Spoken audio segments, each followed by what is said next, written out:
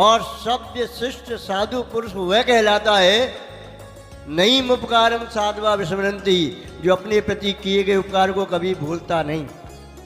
भगवान पार्श्वनाथ स्वामी जब मुनि अवस्था में थे तो वह नाग और नागिन जो भगवान पार्श्व कुमार से नमोकार मंत्र सुनकर के धरण पद्मावती हुई, उन्होंने अवधि ज्ञान से जाना कि हमारे इष्ट पर जिन्होंने हमारा उपकार किया, उपसर्ग आया है, आकर के उपसर्ग का निवारण किया।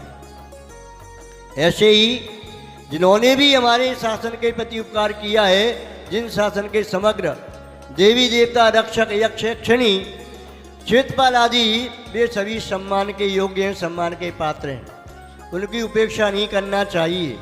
जिस किसी ने भी उनकी उपेक्षा की, अपमान किया, वह नियम से असमाधि को प्राप्त हुए, वह बुद्धि भ्रष्ट हो गई, पागलपन आ गया और वह भटकते रहे। अतः जिन शासन के देवी देवताओं की उपेक्षा नहीं कर सकते, अपमान नहीं कर सकते, हमारा जैन दर्शन सिखाता है हम किसी का अपमान नहीं कर सकते, निंदा बुराई नहीं कर सकते। और एक बात और सुन लेना चाहिए, जिन शासन के रक्षक देवी देवता ये कुदेवों में नहीं आते हैं। क्या समझे?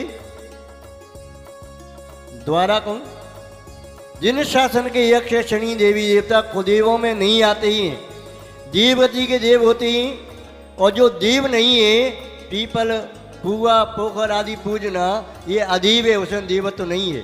कुदेव कौन होते हैं? जो मिथ्यादर्शी होते हैं।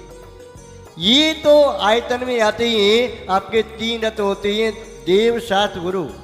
वीतरागी सर्वज्ञ देव, उनके वचन ईजनवाणी और निगंत गुरु, ये तीन आपके रत्न हैं, दीव हैं। इन तीनों के उपासक ये 6 आयतन कहलाते हैं। यानी जिन देव के उपासक, जिन वाणी के उपासक, निगंत गुरु के उपासक, ये 6 आयतन है, सम्यक्त के पोषक हैं, जिन शासन के संरक्षक हैं, संवर्धक हैं, महानुभाव। अतः यक्ष शनि आदि को कुदीव कहना, क्षेत्रपाल आदि को कुदीव कहना, जिन शासन का अपमान करना है, ये अवमानना है।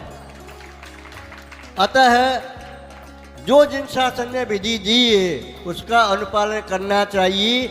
आगम की आज्ञा के बाहर हमें भी नहीं जाना चाहिए, आगम की आज्ञा के बाहर आपको भी नहीं जाना चाहिए। जिन आगम ही हमारे लिए प्रमाण है, जैसे भारत में रहने वाले व्यक्ति को भारतीय दंड संहिता या भारतीय संविधान है, उसका पालन करना अनिवार्य है, चाहे भारत का प्रथम नागरिक महामहिम राष्ट्रपति महोदय हो और चाहे एक सामान्य नागरिक हो। ऐसे ही जिन शासन में रहने वाले व्यक्ति को जिन शासन की आज्ञा